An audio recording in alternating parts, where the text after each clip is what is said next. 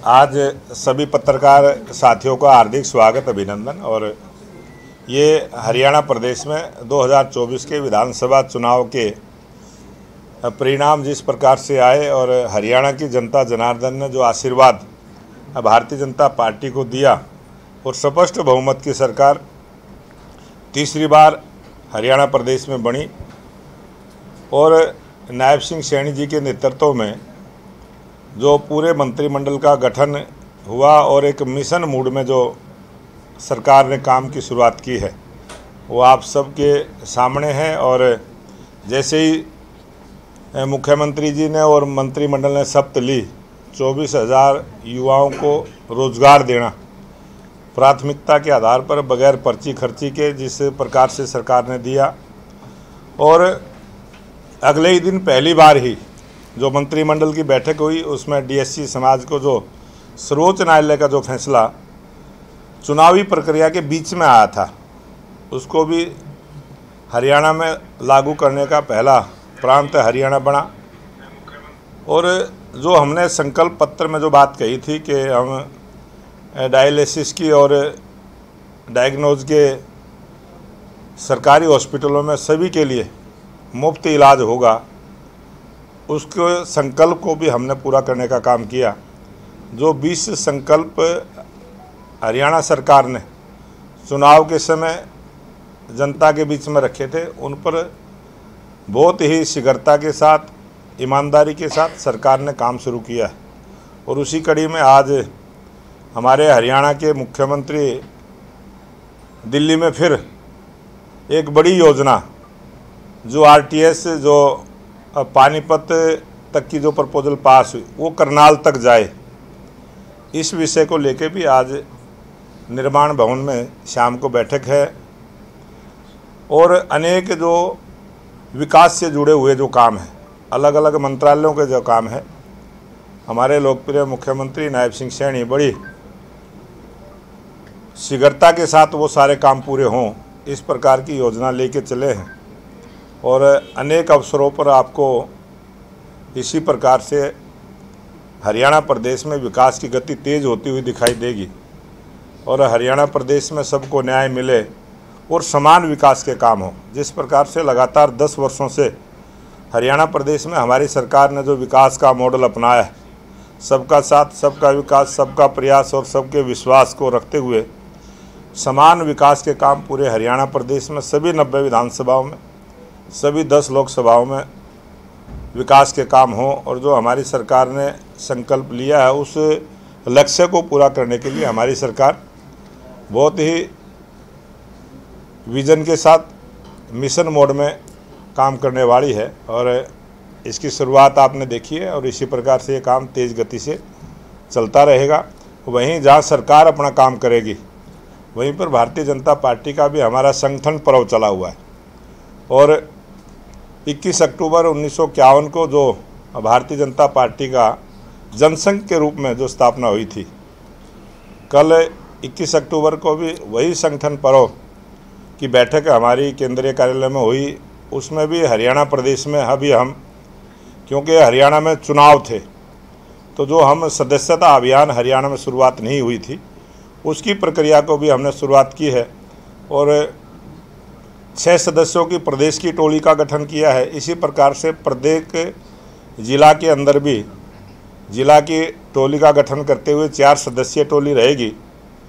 उसके बाद प्रत्येक मंडल में जो 313 मंडल हैं उनमें भी 3 सदस्यीय सदस्यता अभियान की टोली रहेगी। और जो हमारे 4300 शक्ति केंद्र हैं उन शक्ति केंद्रों पर भी 2 सदस्यों की हमारी ये सदस्यता अभियान की टोली का गठन होगा। और प्रत्येक बूथ पर कम से कम 200 सदस्य भारतीय जनता पार्टी के बने, इस विज़न के साथ हमने जो अपना लक्ष्य रखा है 50 लाख सदस्य भारतीय जनता पार्टी के हरियाणा प्रदेश में बने। ये एक लक्ष्य भारतीय जनता पार्टी के कार्यकर्ताओं के लिए हमने रखा है। और इस काम को पूरा करने के लिए पहली बैठक हमारी 26 तारीख को, जिसमें हमारे सभी सांसद विधायक और चुनाव लड़े हुए सभी प्रत्याशी, सभी मेयर, सभी चेयरमैन, जिला परिषद के चेयरमैन और जो हमारी जिलों की टोली बनेगी वो सभी सदस्य इस प्रकार से एक बैठक 26 तारीख को रोहतक में भी रहेगी। उसी प्रकार से उसके बाद 28 अक्टूबर और 29 अक्टूबर 2 दिन तक प्रत्येक ज़िले में भी उस प्रकार की हमारी बैठकें रहेंगी। और दीपावली के बाद 5 तारीख को और 6 तारीख को हम अपना सदस्यता अभियान की शुरुआत हरियाणा प्रदेश में करेंगे। इस प्रकार से भारतीय जनता पार्टी का संगठन पूरी मजबूती के साथ, जिस प्रकार से स्पष्ट बहुमत की सरकार, डबल इंजन की सरकार तीसरी बार हरियाणा प्रदेश में बनी है, इसी प्रकार से संगठन को भी मजबूत करने का और संगठन के सभी कार्यकर्ताओं को सभी कार्यकर्ताओं को जिम्मेवारी देते हुए हम इस सदस्यता अभियान को आगे बढ़ाएंगे और हरियाणा प्रदेश एक मजबूत इकाई के रूप में भारतीय जनता पार्टी के सभी कार्यकर्ताओं को सम्मान देते हुए हम आगे बढ़ेंगे। सर, ये टारगेट 50 लाख का है। 50 लाख। और अभी कितने होंगे? आज हरियाणा प्रदेश में जो हमारा पिछला सदस्यता अभियान हुआ था उसमें 32 लाख का टारगेट लिया था और उसमें लगभग 35 लाख के आसपास हमारी सदस्यता थी। उसको रिन्यू भी करेंगे और नए भी जोड़ेंगे। इस प्रकार से 50 लाख सदस्य बनाने का हमने लक्ष्य रखा है। मंत्रिमंडल का जो आपने कहा, विभाग भी बढ़ गए, मंत्री भी बन गए, आप अध्यक्ष हैं सर, कोई दूसरा तो नहीं चल रही? सब ठीक है, राजी है सब? भारतीय जनता पार्टी का जिस प्रकार का मंत्रिमंडल बना है और सभी प्रेस के सामने भी आए हैं और सभी अपने काम में भी लगे हैं और नई ऊर्जा के साथ लगे हैं, नए विचार के साथ लगे हैं। और लोकप्रिय प्रधानमंत्री नरेंद्र मोदी जी ने जिस प्रकार से पूरे देश को पूरे विश्व के अंदर जिस गति के साथ आगे बढ़ाया है और ये जो कार्य क्षमता है और सभी विभागों के अधिकारी जिस मेहनत के साथ काम कर रहे हैं, मुझे लगता है हरियाणा प्रदेश का जो मंत्रिमंडल बना है नई ऊर्जा के साथ और मिशन मोड में आगे बढ़ते हुए काम को करेगा। सर, निकाय चुनाव क्या जल्दी हो सकते हैं या आप लोग क्या कहते हैं? हरियाणा प्रदेश में निकाय चुनाव होने हैं, नगर पालिका, नगर परिषद और अभी जो 2 मेयर विधायक भी बने हैं हमारा सोनीपत से और अम्बाला से। तो ये चुनावी प्रक्रियाएं भी मुझे लगता है ये सरकार का काम है और ये भी सरकार जल्दी इसको तरफ भी आगे बढ़ेगी।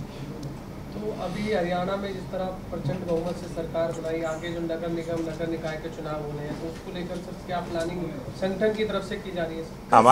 हमारा ये जो सदस्यता का अभियान चला है, ये जो सदस्य बनेंगे और सदस्यता अभी चलेगी इस महीने नवंबर महीने में हमारे संगठन के चुनाव की प्रक्रिया भी चलेगी और उसके बाद ये जो चुनाव की चर्चा आपने की है, निकाय के चुनाव है, परिषद के हैं, पालिकाओं के हैं, ये चुनाव भी सरकार मुझे लगता है जल्दी पूरे करवाने का काम करेगी। तो जिस तरह से कांग्रेस हार को अब तक पचा नहीं पाई है, बार बार कोई भी बयान आता है तो ये कहते हैं कि हमने तो शिकायत दे रखी है, चुनाव आयोग में दे रखी है शिकायत। ये जो कांग्रेस का प्रश्न आप रोज़ कर देते हो और जिस प्रकार से कांग्रेस पार्टी के नेता बयानबाजी करते हैं, मुझे लगता है कांग्रेस पार्टी आज बीमारी की हालत में है और मैं सलाह दूंगा, आपके माध्यम से दूंगा कि उनको सलाह दें वो अच्छे किसी डॉक्टर से अपना इलाज कराएं, अच्छा ट्रीटमेंट लें और मानसिक रूप से ये जो बीमारी, कभी अधिकारियों पर आरोप लगाना, कभी ईवीएम पर आरोप लगाना और अपने काम को ठीक ना करना, जनता पर भरोसा रखना लोकतंत्र की पहली पहचान होनी चाहिए। और हमने लोकतंत्र के सम्मान किया है, जिन्होंने वोट दी है, वोट देने वाले वोटर के ऊपर भी इस प्रकार के आरोप लगाना, ये कांग्रेस की बहुत बड़ी बीमारी है। तो इस बीमारी का कांग्रेस ने इलाज करवाना चाहिए और मैं तो आपके माध्यम से, मीडिया के माध्यम से भी, आप लोग मिलते रहते हो, उनको सलाह देनी चाहिए कि एक राजनीतिक पार्टी जिस प्रकार से वैचारिक रूप से बुढ़ापे की ओर है, पूर्ण रूप से कांग्रेस के जो नेताओं के विचार हैं वो बिल्कुल बुढ़ापे का प्रतीक है और वो घटत की तरफ है, वो घटती जा रही है और इसी प्रकार से बयानबाजी करेगी तो कांग्रेस पार्टी घटती रहेगी। एक सवाल सर आपको लेकर है, आपको हमने बतौर संगठन में काम करते हुए भी देखा था, आप बतौर विधायक भी रहे, लोकसभा का चुनाव भी पार्टी ने लड़वाने का काम किया। अब मुझे याद है इसी दिल्ली में ही हरियाणा भवन में आपने पहले ही कह दिया था टिकट बंटवारे से पहले कि भाई मैं प्रदेश अध्यक्ष हूँ, मुझे चुनाव में जाना है, चुनाव लड़वाना है। अब ओवरऑल आपकी लीडरशिप भी कही जाएगी, ठीक है, उनका भी नाम था सीएम साहब का, आपका भी था, पूरी जो जोड़ी थी। आगे मोहनलाल मडौली साहब कैसे देखते हैं अपना भविष्य, क्योंकि आपकी लीडरशिप में ही वो बहुमत 14 और 19 से भी ज़्यादा 24 में आया है। ये हमारा राष्ट्रीय नेतृत्व और हमारे राष्ट्रीय अध्यक्ष जगत प्रकाश नड्डा जी और देश के लोकप्रिय प्रधानमंत्री नरेंद्र मोदी जी के मार्गदर्शन में ये जो 2024 का विधानसभा का चुनाव हुआ है और जिस प्रकार से केंद्रीय नेतृत्व ने मार्गदर्शन करने का काम किया, 5 प्रभारी इस चुनाव के निमित्त केंद्र की तरफ से और हमारे केंद्रीय मंत्रियों की जिस प्रकार से ड्यूटियाँ लगी, निरंतर सभी कार्यकर्ताओं को संभालने का जो काम किया और भारतीय जनता पार्टी के तमाम कार्यकर्ता, जो कांग्रेस पार्टी ने एक नैरेटिव को पैदा कर रखा था, कांग्रेस पार्टी ने जिस प्रकार का दुष्प्रचार कर रखा था और जो एक झूठ का गुब्बारा कांग्रेस पार्टी ने फुलाने का काम किया, उस झूठ के गुब्बारे की हवा हरियाणा के वोटर ने निकालने का काम किया है और भारतीय जनता पार्टी के कार्यकर्ताओं ने कड़ा परिश्रम किया है। हर घर तक गए हैं, हर वोटर तक अपनी पहचान बनाई है, हर वोटर तक पहुंच बनाई है और उसी का ये परिणाम है कि हरियाणा की जनता ने भारतीय जनता पार्टी को जिताने का काम किया है, उसको आशीर्वाद देने का काम किया है। अध्यक्ष जी, एक सवाल ये कि साक्षी मलिक ये कह रही हैं कि Babita Phogat wrestling federation of India की अध्यक्ष बनना चाहती हैं और महावीर फोगाट ये कह रहे हैं कि दीपेंद्र हुड्डा साक्षी मलिक से ऐसे बयान दिलवाते हैं। ये कांग्रेस पार्टी की बहुत पुरानी बीमारी है, मैंने जो पहले भी चर्चा की थी। वो इस प्रकार की राजनीति करना चाहते हैं कि कभी किसी की आड़ लेके राजनीति करते हैं, झूठे बयान देकर राजनीति करते हैं और कांग्रेस का जो झूठ है वो अपने आप सामने आता है और कांग्रेस की झूठ की वजह से ये कांग्रेस कमज़ोर हुई है।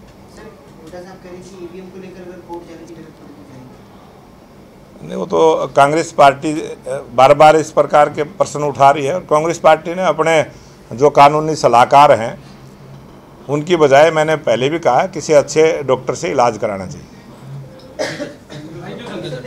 पॉल्यूशन को अगर लेके बात करें तो पॉल्यूशन बढ़ता जा रहा है। हर बार आम आदमी पार्टी जो है वो हरियाणा पे और इधर को लेके बात करती है। कैसे देखते हैं इस बार जो दिल्ली के पॉल्यूशन के अंदर हालात हो रहा है? जो आदमी अपनी जिम्मेवारी को दूसरे पर थोपने का काम करते हैं, ये उस आदमी की गलती है और राजनीतिक रूप से एक सरकारी जिम्मेवारी, एक सरकार का मुखिया इस प्रकार का बयान दे और जिस प्रकार से दिल्ली के मुख्यमंत्री ने भी ये बयान दिया था और वो सीधा दोषी ठहराते हैं हरियाणा के किसान को, पंजाब के किसान को, उत्तर प्रदेश के किसान को, राजस्थान के किसान को।